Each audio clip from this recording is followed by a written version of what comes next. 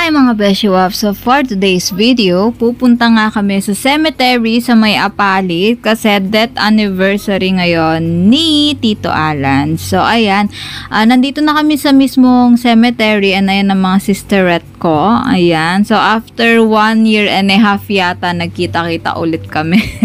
So ang tagal, diba? Kasi madalas kaming nagkakatampuan ng mga yan kasi nagtatampo ako sa kanila. Charis!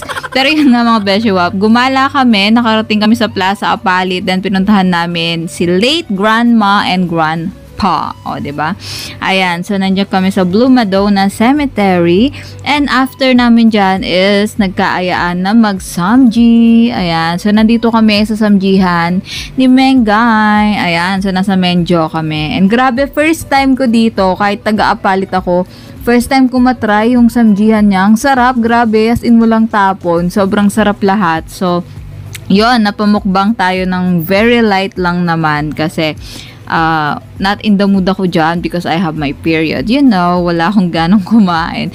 Pero nag-enjoy ako mga Beshi Wap kasi nakabanding ko ulit ang mga sisterette ko. So, yan.